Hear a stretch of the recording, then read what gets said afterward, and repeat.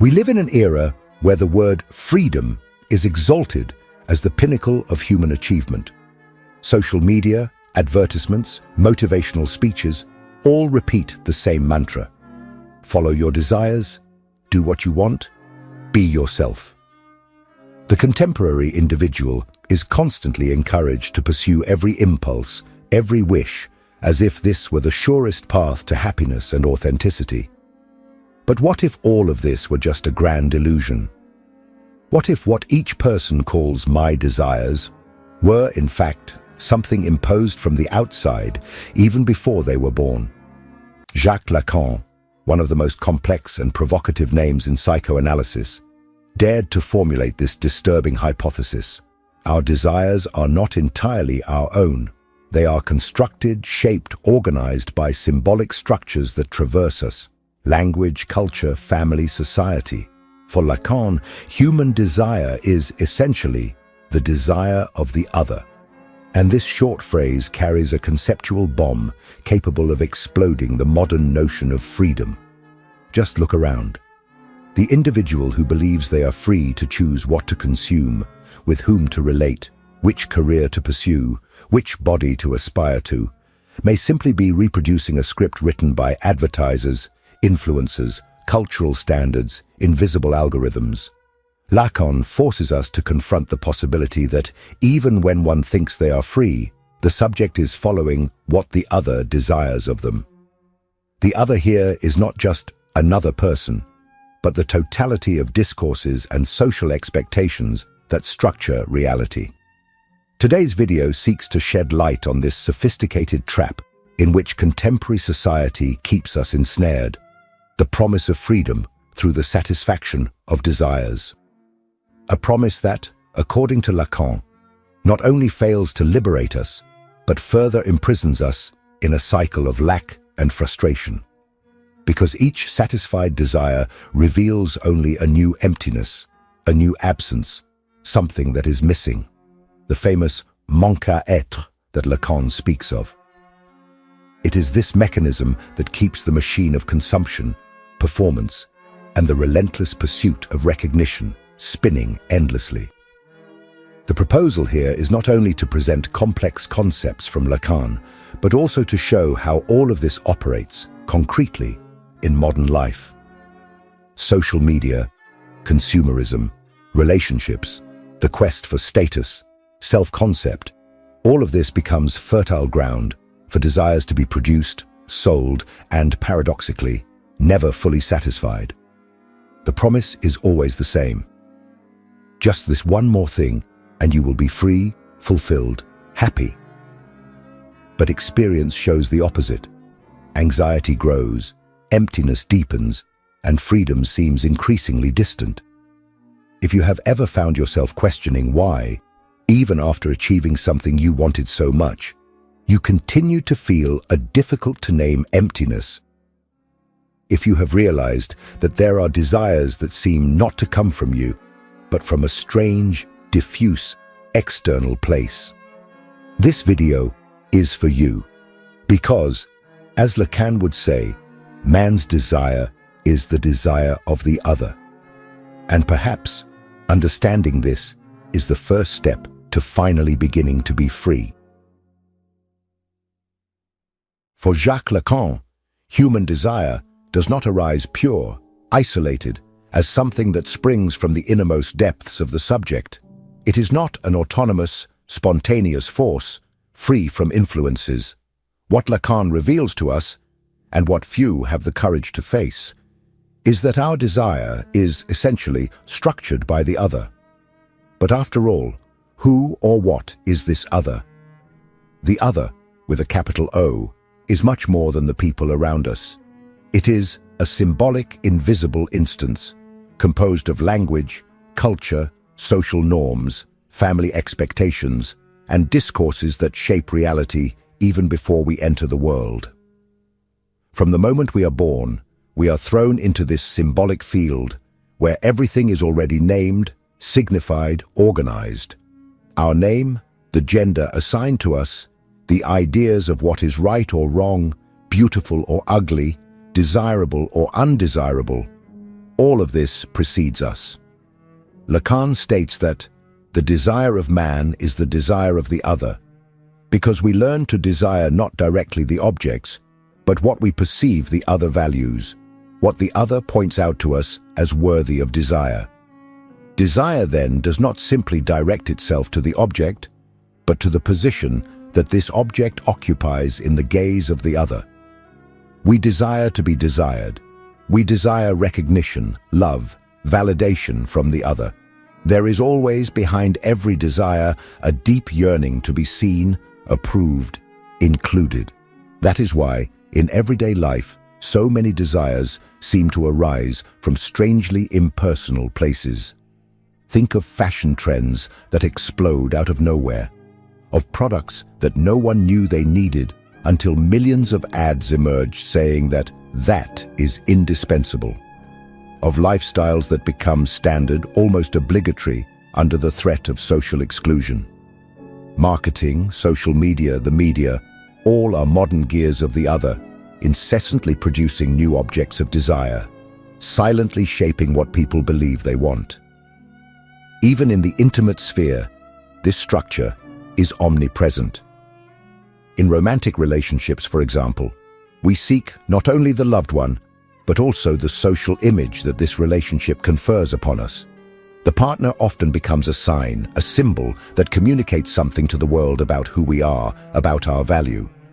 The career we choose, the friendships we cultivate, the photos we publish, everything can be mediated by the desire of the other.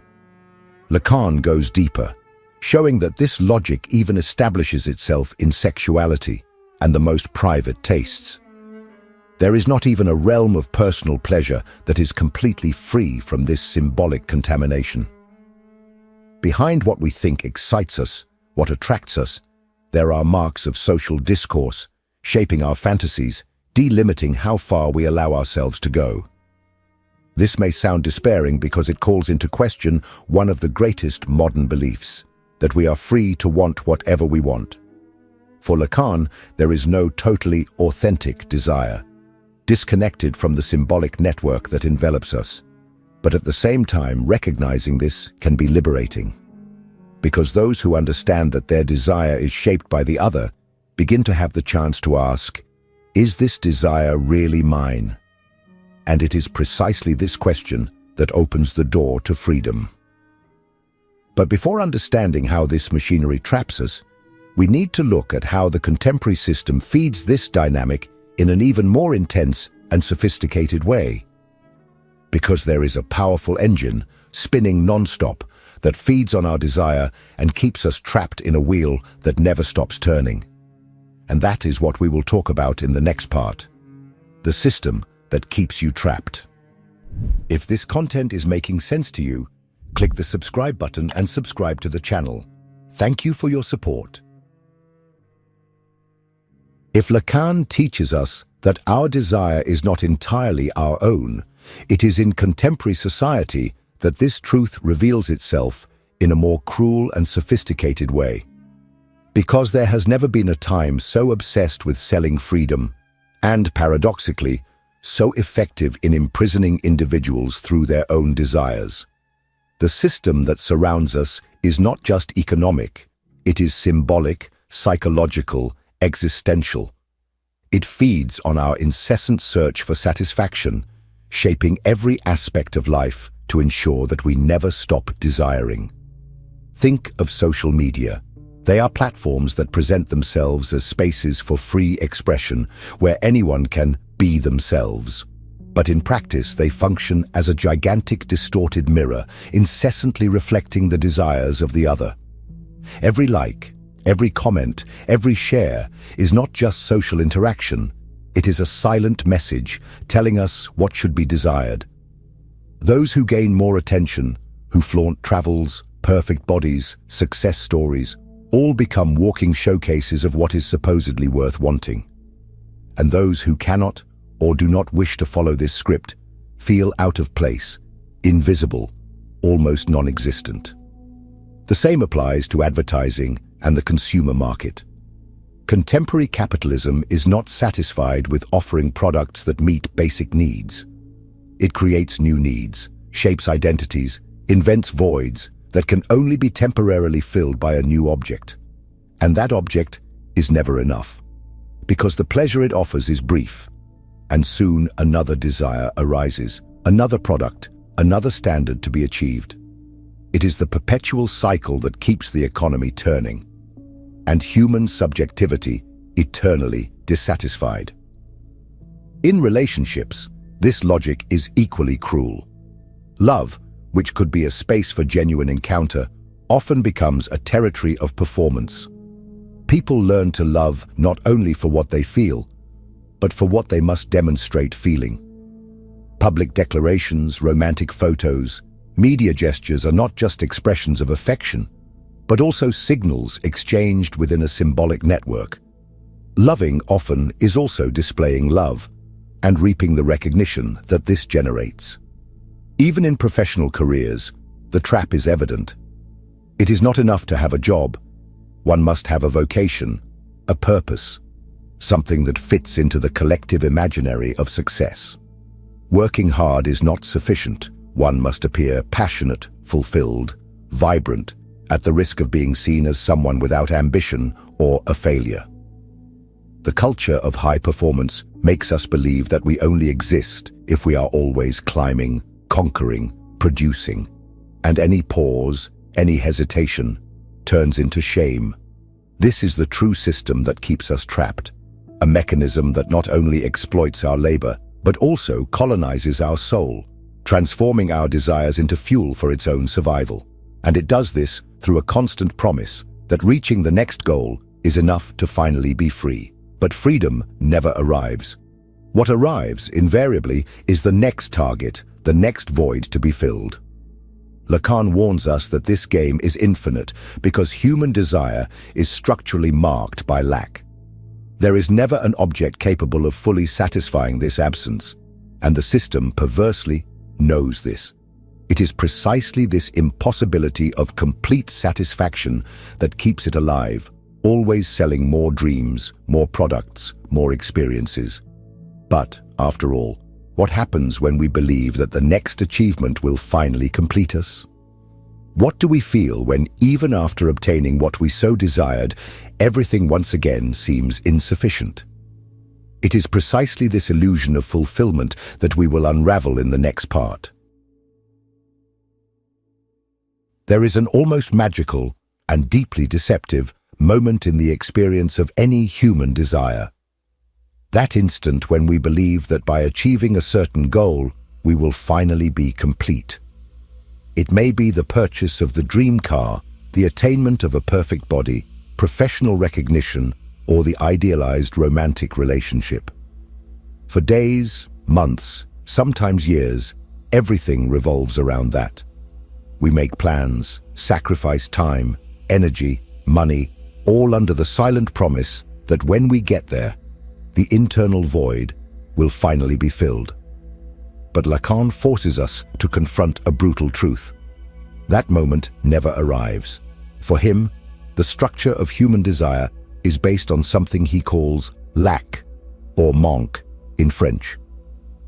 This lack is not a defect. It is not a problem to be eliminated. It is constitutive of the subject. It is precisely what makes us desire, the engine that drives us in search of something beyond what we have. However, there is a fundamental detail.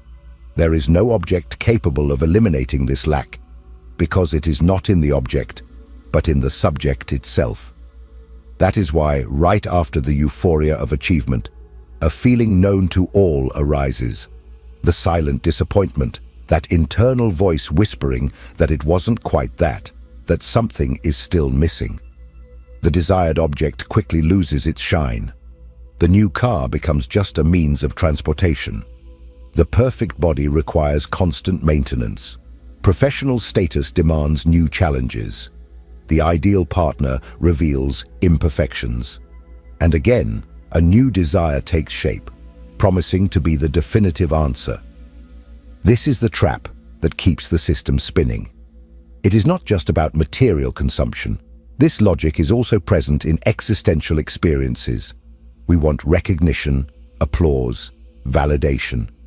We want to believe that there is somewhere, something, or someone capable of giving us the feeling of finally being enough. But Lacan dismantles this illusion by showing that human desire is, by nature, insatiable.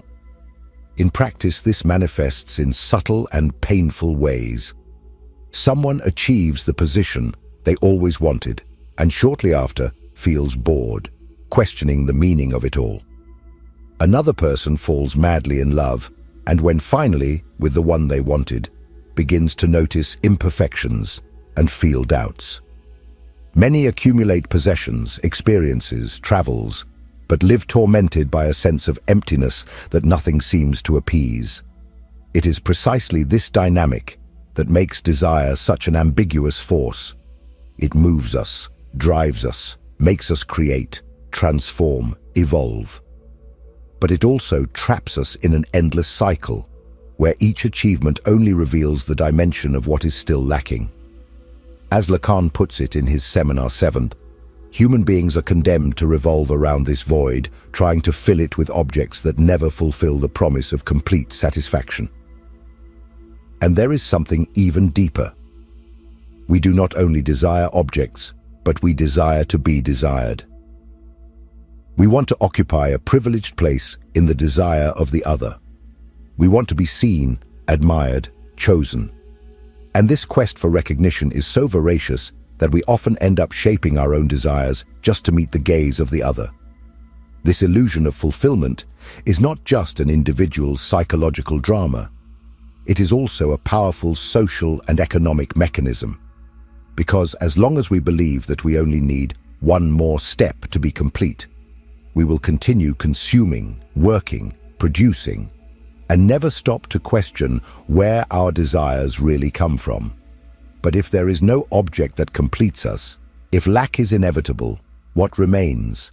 Are we condemned to live eternally dissatisfied? Or is there some way to deal with this cycle without being enslaved by it? It is precisely this tension between pleasure, desire, and suffering that we will explore in the next part, when we talk about the Lacanian concept of jouissance and how it reveals the trap of pleasure. If there is something that Lacan teaches us relentlessly, it is that the experience of human desire is not separate from suffering, and it is here that one of the most complex, and perhaps most disconcerting, concepts of his entire theory emerges: jouissance. A nearly untranslatable French word that simultaneously carries the idea of extreme pleasure and pain, ecstasy and excess, something that transcends the limits of what would be bearable for the subject. For most people, pleasure and freedom seem to go hand in hand. If I am feeling pleasure, I am being free. But Lacan dismantles this logic, because for him, jouissance is not simply pleasure. It is a type of pleasure that simultaneously wounds. It is the insistence on seeking something that surpasses us, that consumes us, even when we know it harms us. It is a form of pleasure mixed with suffering, and it is precisely there that the trap lies. Think, for example, of the compulsion for social media. The subject knows that spending hours scrolling through the feed generates anxiety, comparison, a sense of inadequacy. But they cannot stop. There is a small dose of jouissance there, the pleasure of spying on others' lives, mixed with the suffering of realizing how much something is missing within oneself. Or in toxic relationships, where there are intense moments of passion and connection, interspersed with pain, jealousy, humiliation. Even so, the person cannot distance themselves. Jouissance is precisely in this circuit between pleasure and pain, between attraction and repulsion. In Seminar 7, Lacan talks about how jouissance is linked to the desire of the other. We incessantly seek what the other points to as desirable, but paradoxically, this makes us suffer, because every time we approach the object of our desire, something in it reveals itself as impossible to fully possess. There is always a remainder, a flaw, something that escapes, and it is precisely this impossibility that keeps desire alive and the subject trapped in the cycle. Lacan draws attention to the fact that there are subjects who, even when they could free themselves from painful situations, remain in them, as if there were a certain pleasure in suffering. This is what he calls the jouissance of the symptom. The symptom is not just something that causes suffering. It is also something that offers the subject a particular form of satisfaction. That is why often a person insists on self-destructive behaviors, even knowing they are harmful. There is a jouissance there that one does not want to abandon. Deep down, this is the cruelest dimension of human desire. What makes us suffer also gives us pleasure. And the contemporary system knows how to exploit this perfectly. It creates products, experiences, and narratives that promise pleasure. But that deep down guarantee only more anguish and the need to consume again. It is the excess of pleasure that exhausts us, fragments us, makes us feel empty. And paradoxically, we always return to seek more. This mechanism is also visible in the incessant pursuit of performance, success, and recognition. There is pleasure in achieving goals, receiving praise, feeling on top. But there is also a very high emotional cost. Anxiety, fear of failure, the feeling of never being enough. The subject becomes a slave to a jouissance that consumes them, but from which they cannot let go. Lacan provokes us to ask, to what extent is what we call freedom nothing more than servitude to our own jouissance? Are we really that free when we are repeatedly led to desire exactly what keeps us bound to suffering? Understanding this trap is crucial. But Lacan does not leave us in despair. He offers a path, not to eliminate lack or desire, as that is impossible, but to learn to deal with them in a more lucid, less enslaved way. And it is about this path to true freedom, according to Lacan, that we will talk about in the next part. If what you're hearing resonates with you, you'll find real value in my ebooks. Beyond the Shadow breaks down Jung's core ideas, while Dialogues with the Unconscious gives you a 30-day path to apply them in your life. Both are linked in the pinned comment. In light of everything we have seen so far, the conclusion might seem desperate.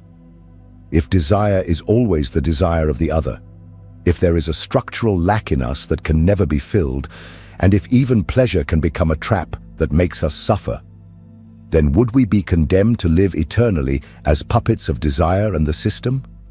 However, Lacan does not leave us without an exit. He points to a path, paradoxical, complex, but profoundly liberating. For Lacan, freedom does not lie in satisfying all our desires, nor in completely repressing them. True freedom arises when we recognize the structure that constitutes us as desiring subjects, when we accept, without illusion, that lack is an essential part of who we are, that there is no object, person, status, or experience capable of fully completing us. This does not mean passive resignation. On the contrary, it implies an active ethical positioning, always asking oneself, is this desire mine or the other's? It is a constant exercise of unmasking the traps of social discourse, questioning imposed standards, refusing to chase empty ideals that only feed the cycle of consumption and suffering. Lacan speaks in Seminar 7th about the importance of acting in accordance with your desire. But this desire is not any whim or fleeting will. It is not the desire dictated by the market, the media, influences, or social conventions. It is a singular desire that emerges when the subject confronts their own lack and decides to take responsibility for it. It is when one asks, what truly makes sense to me, even if the other does not understand or approve? This is a form of freedom that does not promise complete happiness or constant satisfaction. On the contrary, it is a freedom marked by the awareness of our incompleteness. But it is also a deeply authentic freedom, because it allows the subject to occupy their own position, rather than being just a puppet of external expectations. In practice, this may mean choices that seem irrational in the eyes of the world. It may mean giving up a well-paying job that destroys your mental health, or refusing relationships that merely repeat old patterns of pain. It may mean living with less, speaking less, exposing oneself less, or conversely, taking more risks, creating something new, even without guarantees of recognition. It is also knowing how to deal with anguish, because freedom, from the Lacanian perspective, requires enduring the void without trying to fill it at any cost. It means learning to coexist with lack, without being dominated by the compulsion to fill it immediately. And above all, it means being able to say no to the other, to the market, to the imperatives of enjoyment that promise happiness but deliver only more servitude. This Lacanian ethics is radical because it forces us to face uncomfortable truths, but it is also liberating because it removes us from illusion. It paradoxically returns us to the place where we can make more conscious, more singular choices, even knowing that we will never be completely masters of our desire. Deep down, freedom, according to Lacan, is not something one possesses. It is a constant movement, a position in relation to desire, a way of not allowing oneself to be completely captured by the discourses that tell us what we should want. It is understanding that lack constitutes us, and that this does not have to be a reason for despair, but for creativity and authenticity. But after all, how to live this way in practice?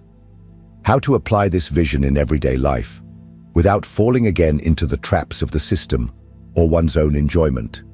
It is this question that leads us to the conclusion of the video, where we will tie all these concepts together and show how they can indeed help those who feel trapped by their own desires.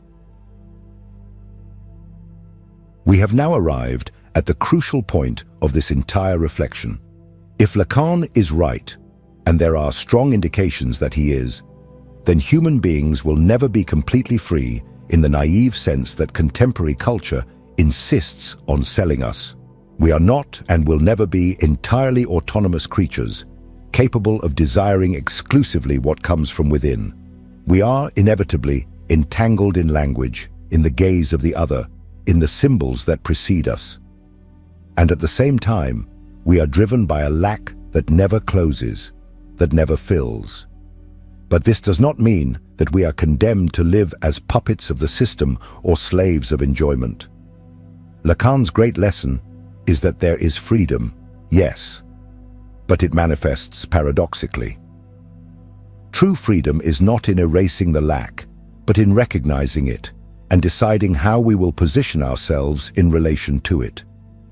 It is in accepting that incompleteness is part of who we are, and nonetheless consciously choosing which desires we will pursue, which narratives we will reject, which social patterns we are no longer willing to follow. Living according to Lacan is not an easy task.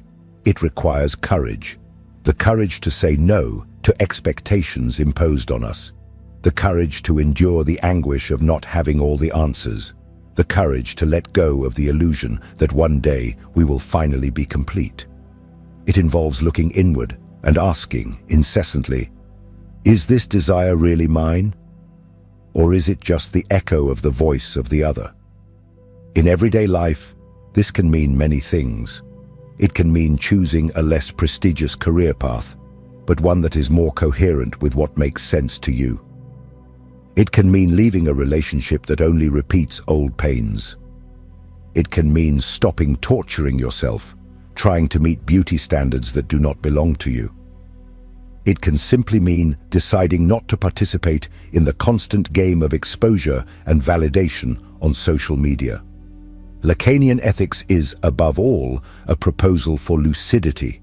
It does not promise complete happiness. That is, after all, another illusion of the market.